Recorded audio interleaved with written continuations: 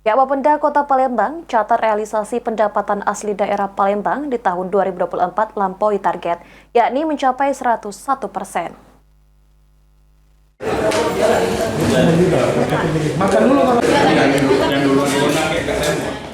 Berdasarkan catatan pihak Bapenda Kota Palembang, realisasi pendapatan asli daerah di tahun 2024 lampaui target.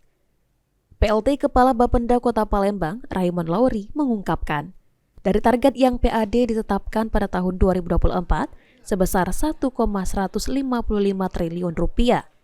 Hingga 31 Desember 2024 lalu, realisasi serapannya mencapai 1,171 triliun rupiah atau mencapai 101% dari target.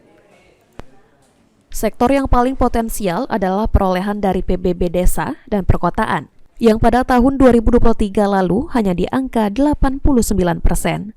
Di tahun 2024 meningkat menjadi 96%. Tahun 2024 target yang ditetapkan sebesar 1.155 miliar itu capaiannya di akhir bulan Desember, tanggal 31 Desember di angka 1.171